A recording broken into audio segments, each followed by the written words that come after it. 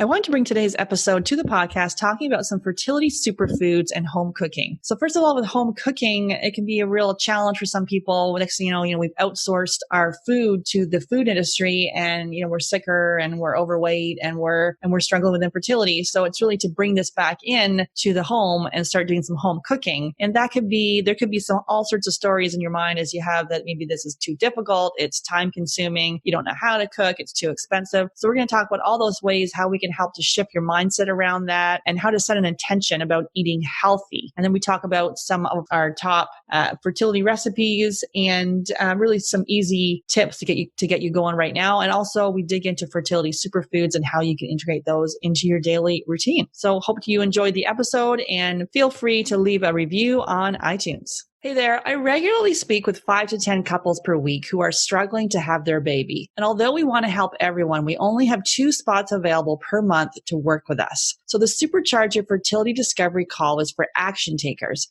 And really people who are ready to move forward so they can finally have their baby. And if you're not ready and you wait, the risk is you'll need to wait 2 to 3 months for a spot to open up. So if you're seriously considering working with us, go to FabFertile, FABfertile.com and click on book a free call. Then you'll be all booked in and ready to spend 30 minutes to give you the action plan to getting pregnant naturally. That's FabFertile, FABfertile.com and click on book a free call. One theme that keeps coming up with the couples in our FabFertile Couples Coaching Program is sleep. Whether it's insomnia, having a hard time falling asleep, waking up at night, or feeling tired when we wake up, sleep is critical for fertility and hormones. And that's why I'm so excited to have Blue Blocks as our podcast sponsor. So we're exposed to blue and green light from our phones, our tablets, our computers, indoor lights, and more. And this exposure impacts our melatonin production. And melatonin is essential for both female and male fertility. It helps determine the frequency and duration of our cycle and impacts sperm. There's lots of blue light blocking glasses on the market, but the ones from Blue Blocks, they've actually compared other popular brands, and Blue Blocks block 100% of blue and green light while other brands fall short. So I have their sleep glasses. They have red lenses, and the ones I have are a little translucent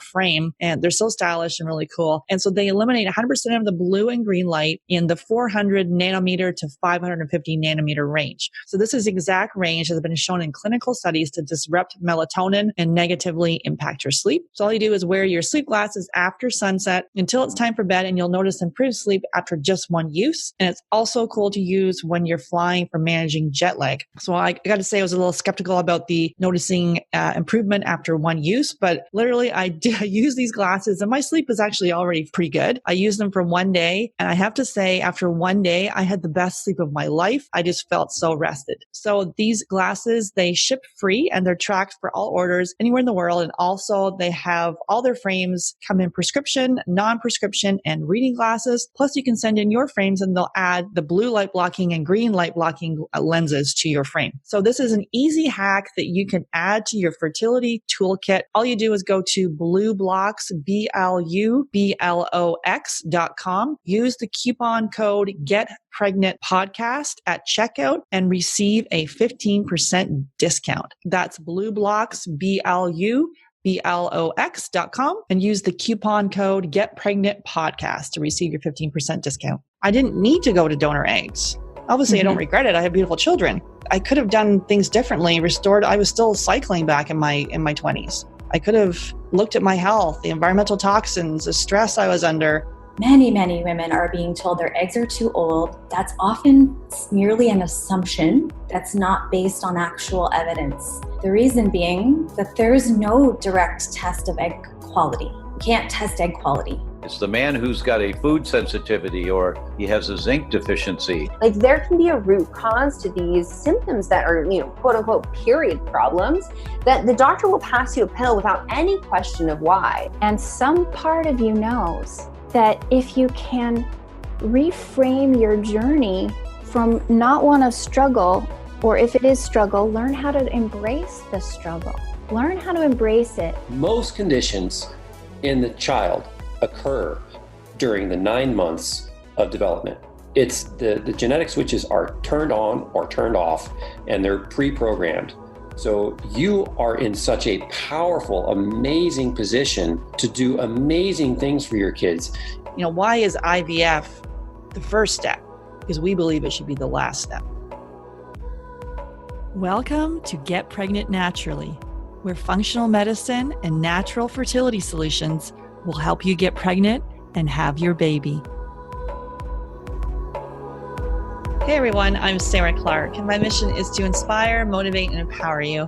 Most of all, I want you to wake up. So with functional medicine, we can discover what causes infertility and eventually reverse the condition. Today, I'm welcoming Kela Smith to the podcast, and we're digging into fertility superfoods and home cooking. Kayla has been in the health and wellness industry for over 20 years with an extensive background as a professional fitness trainer, wellness educator, and the author of the Complete Hormone Puzzle Cookbook and the Puzzle Method, a step-by-step guide to getting pregnant naturally, online course of the same name, and quadruple certified holistic health and wellness coach. She realized her dream of creating a holistic health and wellness practice in 2018 and helps women all over the world with these issues. Kayla's coaching techniques are tailored towards women struggling with hormone imbalance and infertility, as well as women struggling to lose weight. And you can check out her website at hormonepuzzle.com. And before we jump into today's show, don't forget to hit the subscribe button on iTunes or wherever you're listening to this to make sure you never miss an episode. Hey, Kayla, excited to have you on the podcast. Thank you. Thanks for having me.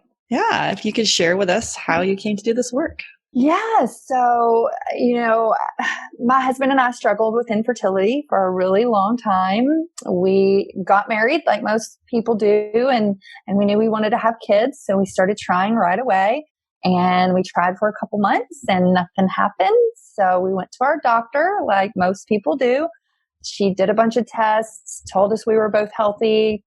She gave us the piece of advice I think a lot of people hear is just to keep trying. So we kept trying. A couple of more months went by, and we decided to go to a local fertility center and just kind of see if there was any other options out there for us. And they ran a bunch of tests and, poked and prodded and did all that stuff and put us on fertility drugs. And we did that for a few more months and still it wasn't working. And so, our next option was going to be either IUI or IVF. And I knew I did not want to go down that road. I had friends that did it and just heard horror stories about how it's just so hard on your body and half the time it doesn't work and it's really expensive. And so, I had been a personal trainer for a really long time. And so I knew nutrition, and I just started thinking, how can there's got to be a reason why I'm not getting pregnant. If I'm being told I'm healthy, there must be something else going on. So let's see if I can get down to that root cause and see if I can heal myself from within.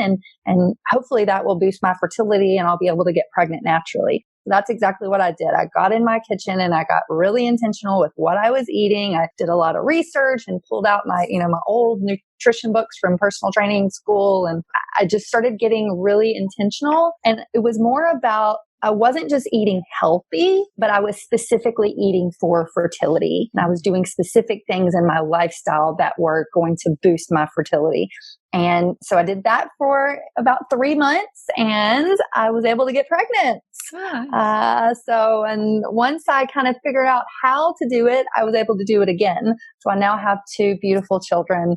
When I was told, I had infertility, that I might never get pregnant. So it's truly was a blessing. And so that kind of led me to this work. And, I thought I went to these doctors, they were supposed to help me and they kept saying they didn't know what was wrong and just to keep trying. And so I don't want another woman to have to struggle the way that I did. I decided to get into this work and further my career because there's a better way. And I knew that I was put on this earth to help women find out what that is and that you can get pregnant naturally with the right, tools and diet and lifestyle. So that's a little bit about my story and how I got here. Yeah, thanks for sharing that. And it is kind of that you get that it's not working, and then people go to their OBGYN and then typically refer to their RE. And then, as you say, poked and prodded and use some drugs. And then the next course of treatment is usually an IUI or an IVF. Whereas in the functional approach or in trying to get pregnant naturally, it's kind of like, let's look, like you were saying, let's look at the root cause and why it's not working in the first place. And then we dig into some simple strategies, which can be really like seemingly easy, but simple, but seemingly easy, but it makes huge changes. Yeah. Mm-hmm. So today we're going to be digging into looking at some fertility foods and how we can actually get into home cooking. And this is a lot of times because we've outsourced our eating to the restaurant. And so now, and getting back to home cooking, even though we may have grown up that way, it's kind of like, oh wait, we're so much a lot of the times we're just going to restaurants all the time. So what if we have a negative mindset around cooking? How do we shift that mindset? Yeah. Me and have that like, oh my God, I don't want to cook. It's, it's going to take too long. It's too much money. I don't even like it. So yeah. Yeah, I talk a lot about mindsets in my practice. I think mindset is everything. And I love the saying that says beliefs create experience and experience confirms beliefs. So that's saying if you keep telling yourself, I hate cooking, I don't want to do it, I'm just going to grab something quick, you're going to keep having that negative experience, that negative loop around cooking. Whereas if you switch that mindset and you say, I'm doing this because I want to nourish my body so that I look my best, I feel my best, I'm able to, do the things that I love to do. And so you're going to have a more positive experience because you have that positive mindset. And I believe cooking can be fun. It can be easy. It can be with the right, planning and tools and tricks. It doesn't have to be this dreaded thing that you do, but switching that mindset to think this is fun and I'm doing it for a reason to nourish my body and hopefully to boost my fertility, then that kind of changes the whole outlook on it. Yeah. What's your take on, so if someone's saying, hey, this is too expensive to do some home cooking, it's cheaper to go to the local fast food and get your $5 burger than it is to, typically cook at home, which look, I don't believe that, but what's, right. So what's your take on that? If someone's got that story in their head that they're telling themselves. Yeah. And it's almost that mindset again, yes, you can go buy that $5 burger from, the local fast food place, but what is that doing to your health? And in the long run, you're going to be spending more money on prescriptions, more hospital visits, more, chronic disease and illness, and you're not going to feel good. You're not going to look good. And it's all because you wanted to spend $5 on a burger. When with the right planning, you can spend $5 on a package of meat at the grocery store and make a burger that's just as good, if not better. So it's all about that mindset again and really, planning for eating healthy. And it can be cheaper if you do that. Yeah. And it can actually extend over a couple of days. Instead of having one burger, you can have a $5 package of organic meat for, you can make, 3 or 4 burgers. Exactly. So, yeah. And then another one people have is it takes too long. So, that we think we're eating healthy, that we're in the kitchen, we're like chopping and cutting and, in there for hours, which like for me, I know I'm like do things very quickly. It's not the case for me at all, but a lot of people have that preconceived notions. What's your take on that? Yeah. And again, that comes down to planning. I plan out my meals for the week. I teach my clients how to do this. And with the right planning, it actually is shorter than getting in your car, driving to the fast food place, getting one meal. Like you said, you can plan a couple different recipes that you eat on all week. You can cook once and it's actually a lot quicker, a lot more efficient, and it'll save you money. Yeah. And what if we don't know how to cook? That's another one that I hear from my clients too. Like, oh my goodness, I don't even know where to start. And I think we're putting so much pressure on ourselves that we've got to make this perfect, meal with, a 4-course meal and things like that. So what's your take on someone who doesn't know how to cook? Yeah. So I do a lot of, bulk cooking and a lot of like crock pot and Instapot meals where I can throw a bunch of stuff in one of those devices and I have a meal that I'm eating on for 2 or 3 days. And there's so many resources out there as far as just easy recipes. Pinterest has a lot of great stuff, even Google. So in the beginning, when I was first learning to cook, and this was in high school, I've cooked my whole life, but when I was first learning, I would just go to the internet and say, I want to have a chicken dish or I want a hamburger or whatever it is, and just find a quick little recipe. Make a cup, double it. So you have a couple of different, meal options, and then it's not so overwhelming. So I think just again, planning and, using some of those easy devices, you can cook for very, very easily. Yeah, I still find myself doing that. I'll look in the cupboard and go, oh, wait, I have this, this, and this. Let's Google those different ingredients and then make something up fairly quickly. And most of the time, for me, a lot of it, and this is when I coaching my clients, a lot of it is to make sure you actually have gone grocery shopping and you have the food in the fridge. Because when the food is bare, then it's like, ooh, let's go out for dinner. So backing up the whole day of how do we prioritize to actually go and get the groceries. And this is not something that I enjoy. I really can't say that I love grocery shopping at all, but I know I love opening up the fridge on a Monday morning going, oh yeah, there's lots of food in there to eat and there's lots of options for lunch, dinner, and breakfast. And it's not about, it takes longer by the time you go out, stand, wait in a line in a drive-through or wherever you are, come back. You can it's probably 20 to 30 minutes. You already would have, within a course of, if you want to make a smoothie in the morning, you would have done that in 5 minutes. So it is kind of being able to, as you're saying, change the mindset around some of those things that we've told ourselves that it's too hard, it takes too much time, it's too expensive, those different mindset shifts. Yeah. Exactly. And again, it's all about planning. On Sunday afternoon, I sit down and I write out exactly what I'm going to eat throughout the whole week. So I have a plan. And then I utilize the click list at my local grocery store. So I don't even have to go to the store. I have my profile. I go in, I click the items that I need. I actually pay to have it delivered because that's a luxury that I love. So I never even have to step foot in the store. I've got my meal plan for the week. I've got my groceries being delivered, and it makes it so much easier. And you have a plan. So you're not opening the fridge on a Thursday, night saying, well, what's for dinner? We have no food. Let's go to the drive-through. Yeah. And for me, I'm not as much into meal planning. I make sure I have like staples in there. Because I usually this is just how I work. As long as there's food in there, I open it up and I'll be able to make something. I guess somehow the rigidity for me of having to know what I'm going to have for the whole week is I don't know. I don't like that. So I just like to have the food in there and I have an idea what I'm making. And usually it's super simple, like a lean meat with a veggie and potentially a carb, but not always. And I think sometimes we make things overcomplicated, but yeah. So for you, yeah, we do have here in Canada, we have some delivery, not as much. I think the Walmart's delivering, but I'm not buying my groceries from Walmart. So because I only have buy organic, but yeah, that makes it super easy when you're like, wait, I don't even have to even step foot in the grocery store. Right. Exactly. And I do a little bit of that too, what you were mentioning. I have my staples that I always have in the fridge, but, I'll usually kind of change up my dinner options and things like that. But I have those recipes that I constantly am rotating because they're my family's and my favorite. So, yeah, I do a little bit of both of what we've talked about.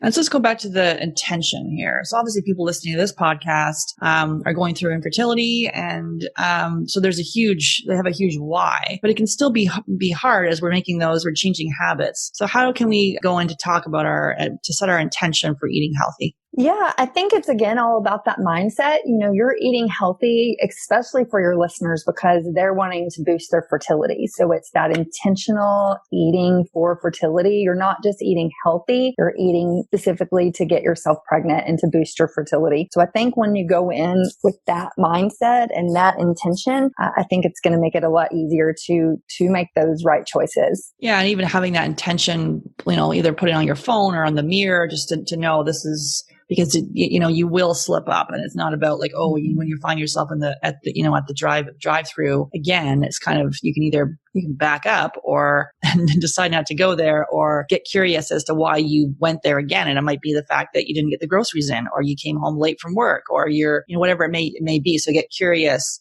Just doing a podcast episode the other day with someone. So getting curious, but not critical. Because a lot of times they're like, oh my God, I went and ate this. And then you feel like crap afterwards and you beat yourself up. So it's just to be aware of what you're even doing in the first place. And there being able to set that intention and having it, front and center to say, oh, wait a minute, this is why. This is my huge why.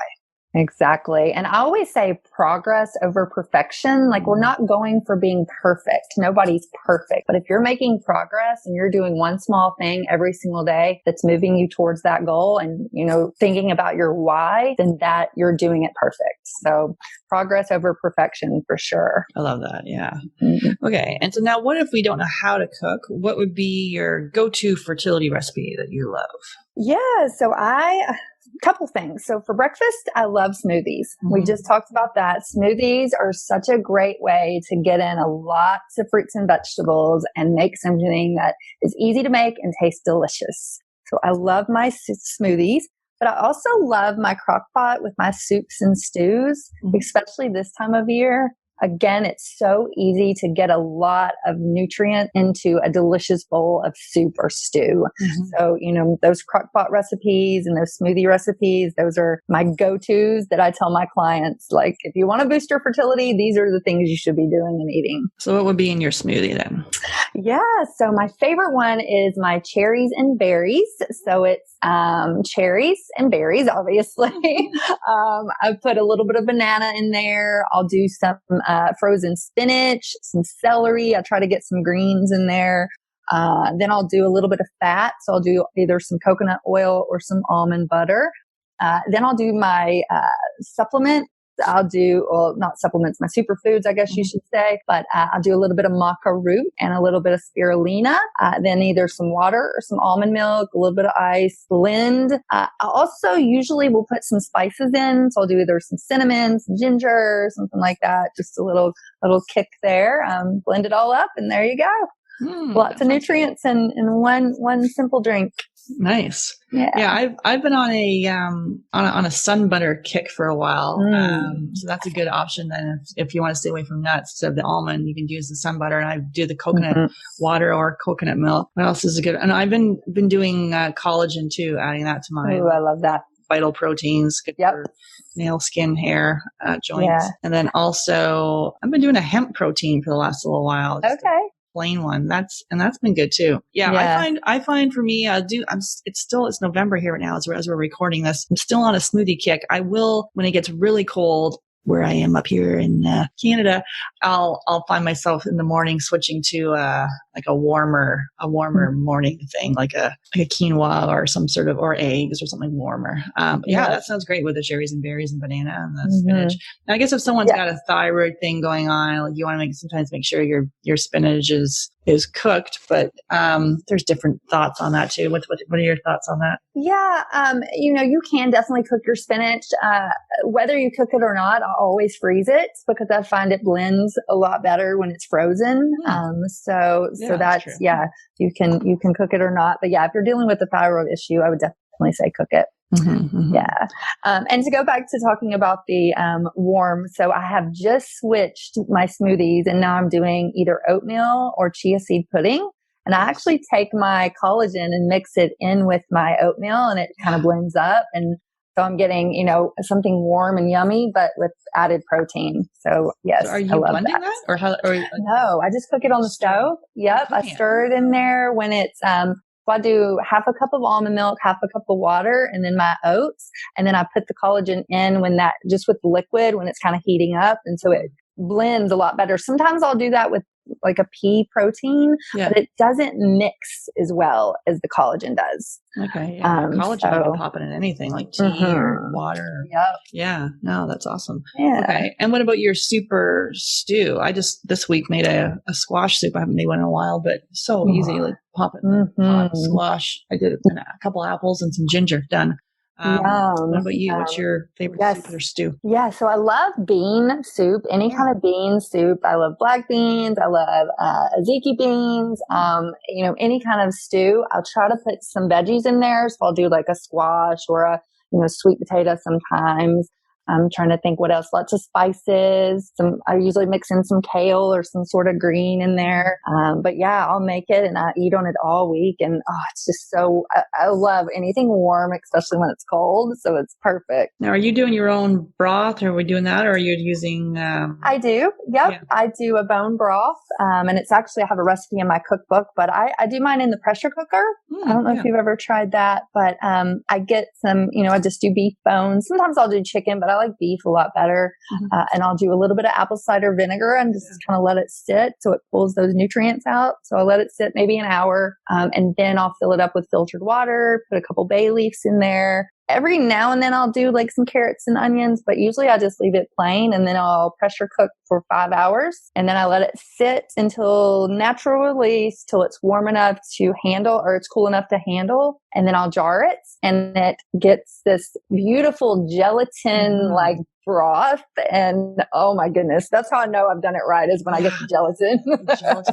Yeah, I was wondering about that, the apple cider vinegar, the purpose of that. The nutrients out of the the minerals. The minerals, out of the bone. Oh, nice. Yep. Yeah, I just did one 2 weeks ago where it's from Dr. Kelly Brogan's, her new book.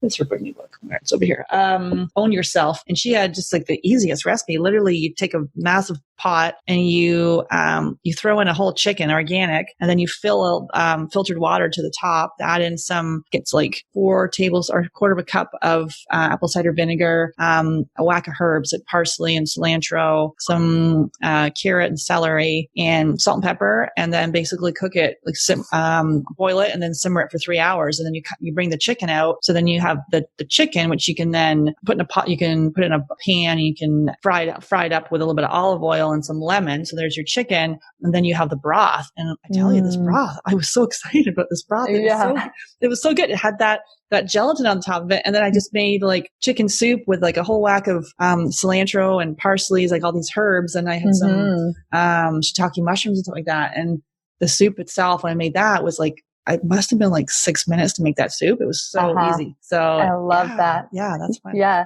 That's funny you say that, because I have a recipe very similar to that in my cookbook, and it's I put a whole chicken in a crock pot, and you kind of do the same thing, and it'll do the same thing. So you can pull it out, you have the bones in the broth, but then you have all the chicken meat that you can, do whatever with. Sometimes I'll do it, a chicken salad. I'll have the chicken plain with veggies or whatever it is. 2 or 3 meals out of that one chicken that cost me probably $6 or $7 for an organic one. Exactly. And it's easy. You put it in a pot and you leave. Exactly. Love it. So that goes to my next question here about the one pot, one pan dish with a few ingredients. What's your go-to there? Yeah. So the chicken obviously is one of my favorites. But I also do just, I'll take some vegetables and some like chicken breasts, and I'll put some spices and different things on there. And then I just throw that in the oven about 350 degrees for about 20 or 30 minutes until your chicken's done. But oh my goodness, it's so easy. And I get this, you can change the flavors depending on what herbs and spices you put on there. So I can play around with that one pot meal and get a bunch of different flavors. So it's really easy and it's delicious. And what veggies are you throwing in there? Oh my gosh, anything and everything. I'll do carrots and sweet potatoes, or I'll do green. My favorite thing now is to do kale. And so it's almost like a kale chip. And, kale takes on the flavor of any spice you put on it. I am addicted to these kale chips. But yeah, really any veggie, asparagus, any orange veggie, green veggie, really anything. The possibilities are endless. And what's your go-to seasoning? Kind of, you do a couple of seasoning options. So I have one that I use, and it's my spice rub. And so I'll do chili powder, onion powder, garlic powder, a little bit of brown sugar or coconut sugar, salt and pepper. I think that's all. If I want to do like more of a Mexican, I'll put some cumin in there, and sometimes some red pepper flakes, depending on how spicy I want it. But yes, I use that spice rub on meats and veggies and everything. And that one is also in my cookbook. So yep, it's one of our favorites around here. Yeah, that's super easy. You just mix it up and then plop it on there, and then in the oven for 20 to 30 minutes. Yeah, that's great. Yep. And what about some fertility superfoods? What are your Yeah, so I mentioned this earlier, but Maca Root is one of my favorites. It's a root vegetable. It's really great if you're struggling with infertility, but also if you're in, perimenopause, menopause. It's great for kind of balancing out those hormones and helping you with those symptoms of that. So that's a great one. You can buy it as a powder. It's, it's kind of sweet. So I'll throw it in, oatmeal, smoothies, different things like that. I also, really encourage citrus foods because of the vitamin C and the antioxidants. Vitamin C really promotes that progesterone production, and it's essential for like your immune system. It's really great boosting that, especially this time of year with all the, sickness and the flu and all that stuff going around. I really encourage, especially my clients that are struggling with infertility, to get their vitamin C. And that's usually just through citrus fruits, oranges and pineapples and things like that. Another one is bee pollen. Bee pollen is really good if you if you're struggling with like your egg health. I just usually will get that and put it in like smoothies, or, sometimes in oatmeal. It has kind of like that honey nutty flavor. So that's another good one.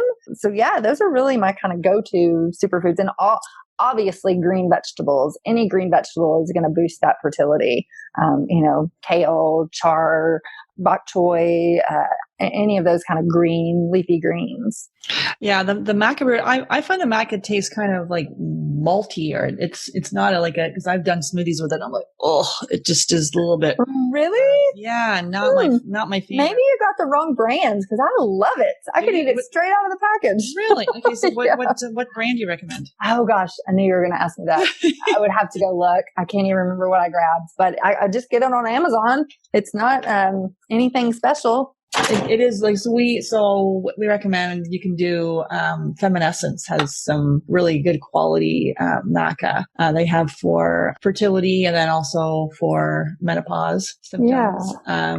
But yeah, Feminescence has some really good quality maca there. Okay. But yeah, if you have one, if you find it, I can put in the show notes there. Yeah, for sure. What it is. Yeah. And the citrus, obviously, yeah, those are great to add into your daily routine. Bee pollen. I almost killed my husband with this because I forgot that he actually, when he was little, he was stung by all these bees when he was sitting on a tree stump, and they went up he was like 5 years old. They went up his little yellow rain slicker and stung him all over the place. And then I'm like, let's have this bee pollen and we'll give you a little smoothie. Well, he left the house and then he came back crawling in the door. His whole chest was like burning and he had like the worst freaking like reaction to this. So I'm like, yeah. So if you do have issues with bee stings or something like that, you wouldn't want to do bee pollen. But yeah, definitely bee pollen and royal jelly are really good. And the green veggies, I don't know, I'm on a bok choy kick right now. I had some last night. I got to tell you, I don't know, like I just had avocado oil.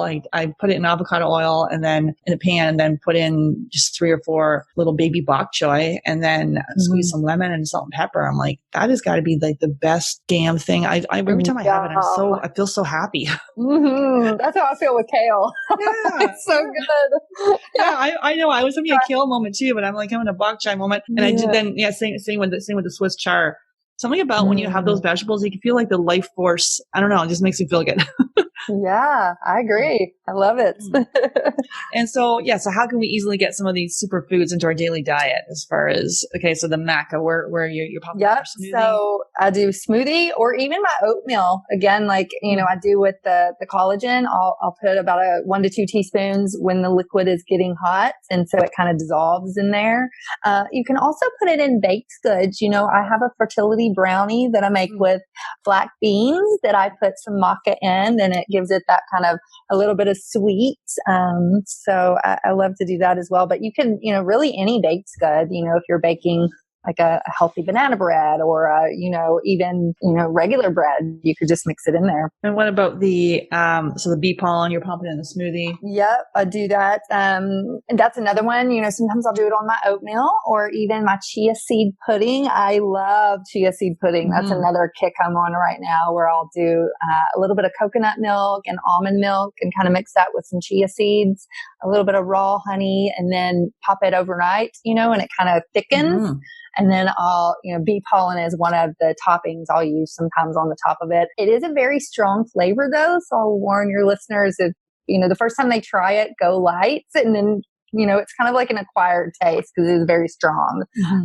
But that's one of the toppings I use, or, I'll do nuts or, dried fruit or fresh fruit. Again, the possibilities on chia seed or on oatmeal are endless. Just kind of play around with that. Chia pudding is super easy. I think it's a ratio of 3 to 1. So 1 tablespoon of chia seeds to 3 milk. Otherwise it can be into like a blob. Yeah. I usually do a 1/4 cup of coconut milk, a 1/4 cup of almond milk, or I'm sorry, a 1/2 cup of almond milk, 1/4 cup of coconut milk, and then a 1/4 cup of chia seeds. Okay. Yeah. A squirt of raw honey and a little bit of cinnamon is like the base. And then I'll top it with whatever I want. Yeah, and then you can shake it up and put it in the fridge and you're good to go. You do the same thing with like overnight oats too, like keto. Exactly. Or gluten-free oats. I do. I love my overnight oats. Are delicious. Yeah, those are fun. I got to do those again. I haven't done it in a while. Okay. So as far as some food combinations that balance hormones, what would those be? Yeah. So, really you want to look at getting your body alkalized when you are struggling with hormone imbalance. And so one thing I suggest my clients do is, so when you wake up in the morning, start with some lukewarm water with a little bit of lemon, a little bit of apple cider vinegar, and then you can put a little bit of the Maca Root in there. So that's a really good drink to just help you alkalize for first thing in the morning. But then also the greens, again, your kale, your collards, your crucifix vegetables, avocado, asparagus, artichokes, any of those green vegetables are going to be really good at balancing those hormones. I have to say, I don't really buy artichokes. Do you use those regularly? Not a lot. Yeah, they're not my favorites. I don't mind when I have them. I guess it's sort of like, I don't think I've ever bought one. Yeah. I bought the pickled ones, I guess, but I haven't bought one before because I saw a recipe where you just cut in half and bake it and probably put it in olive oil, and it's probably really good. But I just haven't done that. I haven't either. I'll have to do that. I know. I feel like I get stuck on the same fruits and vegetables are my favorite, and then I don't branch out as much as I should. I need to do that. So thank you for that. Yeah, I'm going to have to buy some artichokes now. There you go. I actually get this organic box, and it comes weekly, and I can either customize it or not. So sometimes I'll throw what I want. Other times I just let it come, and I'm like, oh, what the heck is this? And I'll look it up and cook with it. And I did that with, what are those little things now? Garlic scapes. And I'm like, what the heck is this? And it just these long green curly things. And then I just chop them up and saute them in olive oil and put some salt and pepper and lemon. And I'm like, they were the best damn thing. Oh, wow. It's like this really light garlicky thing. And so these different things that wouldn't necessarily toss into my cart or normally buy. And I'm like, you can kind of test them out. Same with that spaghetti squash. I hadn't had spaghetti squash in like ages. And just back in the day with growing up with my parents. And then spaghetti squash seems to be having its own resurgence. So I've just been having more of that. It's so easy. Like just like slice it in half, put olive oil and salt and pepper and put it in the oven for like 30 to 35 minutes, or you can do it for an hour or so if you want, and then scoop it out and you have your own spaghetti, put some tomatoes and basil, and there you go.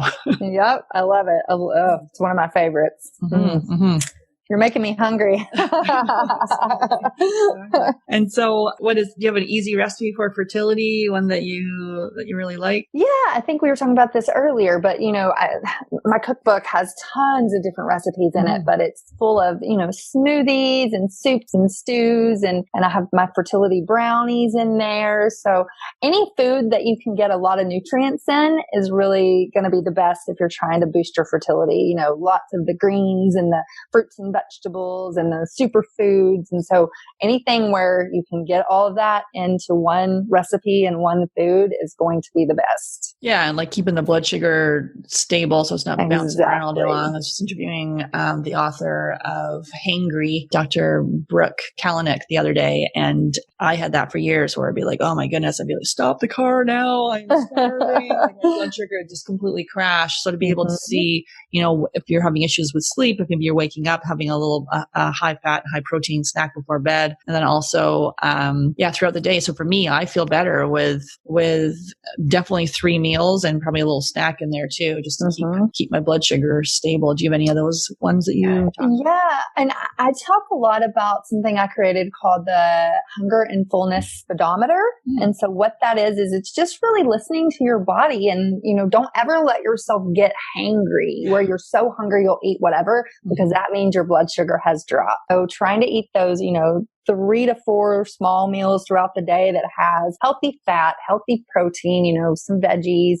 And so you do keep that blood sugar stable, and you never, when that speedometer gets over into that red area, that's what you don't want. So, because that's when you'll eat whatever's around, and usually it's not going to be healthy.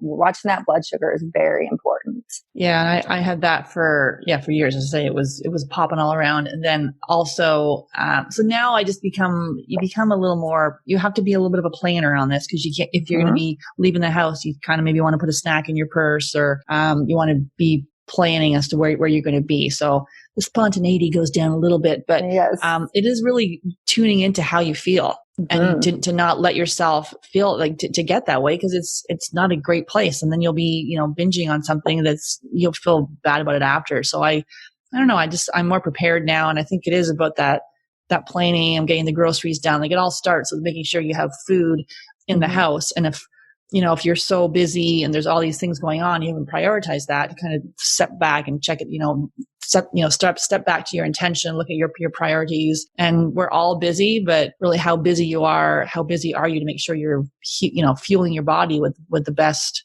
foods for you and your future child. Exactly. I'm a big planner. I always, for myself and for my clients, have some food on you, whether that's, a bar or a bag of nuts or, some gluten-free cracker or whatever it is. I always will have a snack for me and my kids, no matter where we go. It stays in my purse. So definitely, planning that way. And two, to go back to that hunger and fullness, that can go the other way too. If you are constantly saying, I want to eat right now, but are you really hungry? Are you hungry for food, or are you hungry for, are you bored? Are you upset? Are you stressed out? Like, what are you hungry for? And that might not always be food. So if you find yourself constantly just eating all the time, a lot of times that can just be because it's a habit and not because you're really hungry. Yeah, pushing down those emotions and not really, what's going on there. So for me, it wasn't eating, it was shopping. I'm like, well, I'm in the mall again. Right. Yeah. So it's like to get honest about those issues, that emotions that you have going on, and really examine that. And those patterns will keep coming up over and over again until you're like, oh, wait a minute, what's happening? Exactly. And do you have any snacks that you like? Anything you want to recommend? Yeah, I do. So I love my clean bars. I do RX bar or Epic bar. So those are ones that I found that have a really clean label. So those are probably my go-to bars. Or I just do like raw nuts. I'll have a baggie of, I'll make up a little trail mix with pecans or almonds and maybe some dried fruits. And, I'll have that. And sometimes I'll make like little snacks, little fat bombs or, some of the, healthy brownie or something like that has just some protein and some healthy fats in it. And so, those don't travel as well. So those are usually going to be around the house snacks. Yeah.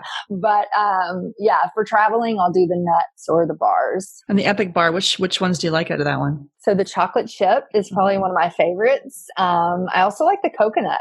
So that one's another good one. Yeah, I found I just had some of their meat ones.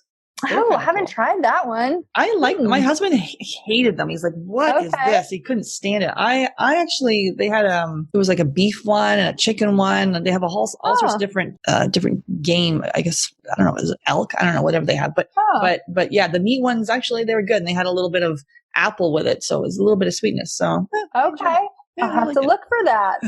Interesting. Yeah. And so is there a book, a website, an app, a documentary, anything that you're obsessed with right now? Obviously, we'll recommend your cookbook, but is there anything that you're obsessed with right now? So a couple different things. I love anything that the Food Babe has done. She's a food activist. I've read all of her books, so I'm obsessed with her. Yes. I also love Wellness Mama. She's great. I listen to her podcasts, and she's got a lot. I don't know if she's done a book. I'll have to look for that, but she's got a bunch of cookbooks, I think. Okay. Yeah. Cookbooks. I was going to say, I thought she had some cookbooks. So I love her. I also like the documentary on Netflix called Heal. Yeah. I watched that recently. I don't know if it's new or if it's been out, but I just found it. But anyways, I loved it. I definitely think the mind-body connection is so strong. And, our mindset plays a huge role in if we are free from disease and illness. And so I just found that really a powerful documentary. So I love that one too. Yeah, I really like that one. I think it's been out for over a year because it was. I saw it on iTunes, and then I saw that it dropped on Netflix. So yeah, it's a really good one because you can eat the beautiful, the best healthy diet in the world, but you haven't got your thoughts or your mindset together. That's equally as toxic for your body. Exactly. Yeah. And then do you have a success story you'd like to share with us? Yeah, gosh, I have a ton of success stories in my book. The one that kind of sticks out to me, I worked with this lady a couple months ago, and she had been trying to have a baby for probably about 6 months when she found me. And she had been diagnosed with PCOS, which is polycystic ovarian syndrome, when she was younger. And the doctors told her that her odds were against her. She didn't know if she was going to get pregnant. And, she had a little bit of weight that she needed to lose that I think was kind of aggravating those PCOS symptoms and all of that. So her and I really just worked together, and we got really curious about what she was eating. But we didn't overhaul her whole life. We just made some simple tweaks where she could still enjoy the foods that she loves, but we kind of made them healthier for her and showed her how it wasn't that hard to, if you want to have a hamburger to make it in your kitchen. And this is how you can make it healthier or whatever it is. So, we really just worked together for about 3 months, overhaul, switched her diet a little bit, kind of tweaked it. And she was able to lose about 20 pounds and she ended up getting pregnant. So, nice. She is, her and her husband are just thrilled, as you can imagine. And, she's thinner, she feels better, she looked better, and she's also pregnant. So, amazing. So I have lots of stories like that and that's what I want to, stress to your audience is that, natural fertility does work. It can work if you follow, the steps and you watch your diet and your lifestyle. It can work. Yeah. And sometimes you don't know, because people that come to see me and probably to you as well, it's not a sick population. It's a population that wants to expand their family. And then sometimes you don't know how poorly you're feeling until you feel like freaking amazing. Exactly. Yeah. Yep. Yeah. You're feeling your body with these great foods and really, just making those intentional choices every day. Right. And so you have got a hormone puzzle, 2 cookbooks and a masterclass here where they go to hormonepuzzle.com to access that. So what can they expect with that? Yeah. So the cookbooks are a mini version of my cookbook that I have for sale. So this is, there's probably about 30 different recipes between these 2 books, and one is centered around infertility. So the Hormone Puzzle Cookbook is if you are trying to get pregnant. But then the other cookbook is just called Your Guide to Holistic Healing. So it's just if you want to be healthy and you want to heal yourself from within, these recipes are just really good for that. So if you're not trying to get pregnant, this cookbook would be for you. And then my master class is my 5 secrets to decode the hormone puzzle and get pregnant naturally. So this is about an hour's class where I talk about the method that I created called the hormone puzzle. And I give you very specific action steps. So, even if you don't work with me, you could watch this class and start doing some of these tips and tricks and hopefully get yourself pregnant naturally. So there's lots of value in that class. It turned out really well. Beautiful. Thank you for that. So that's the hormonepuzzle.com. And thanks for coming on, sharing your words of wisdom on this topic. I love talking food. So thanks again for coming on, Kayla. Yeah, thank you. Melatonin is important for female fertility. It helps regulate hormones and maintain the body's circadian rhythms. Plus, it helps determine the frequency and duration of the menstrual cycle. Plus, it impacts sperm count and motility. Blue and green light negatively impact our melatonin production. That's why we recommend Blue Blocks, blue and green light sleep glasses to all our one-to-one clients. Simply go to BlueBlocks, BLUBLOX.com and use the coupon code GetPregnantPodcast at checkout to receive your 15% discount. That's BlueBlocks, BLUBLOX.com, and use the coupon code GetPregnantPodcast. Hey there, I regularly speak with 5 to 10 couples per week who are struggling to have their baby. And although we want to help everyone, we only have 2 spots available per month to work with us. So the Supercharge Your Fertility Discovery Call is for action takers, really people who are ready to move forward so they can finally have their baby. And if you're not ready and you wait, the risk is you'll need to wait 2 to 3 months for a spot to open up. So if you're seriously considering working with us, go to FabFertile, FABFertile.com and click on Book a Free Call. Then you'll be all booked in and ready to spend 30 minutes to give you the action plan to getting pregnant naturally. That's FabFertile, FABFertile.com, and click on Book a Free Call. The Get Pregnant Naturally podcast, including show notes and links, provides information with respect to healthy living, nutrition, lab testing, and is intended for informational purposes only. The information provided is not a substitute for medical advice, diagnosis, or treatment, nor is it to be construed as such. We cannot guarantee that the information provided on the Get Pregnant Naturally podcast reflects the most up-to-date medical research. Information is provided without representation or warranties of any kind. Please consult a qualified physician for medical advice and always seek the advice of a qualified healthcare provider with any questions you may have regarding your health and nutrition program.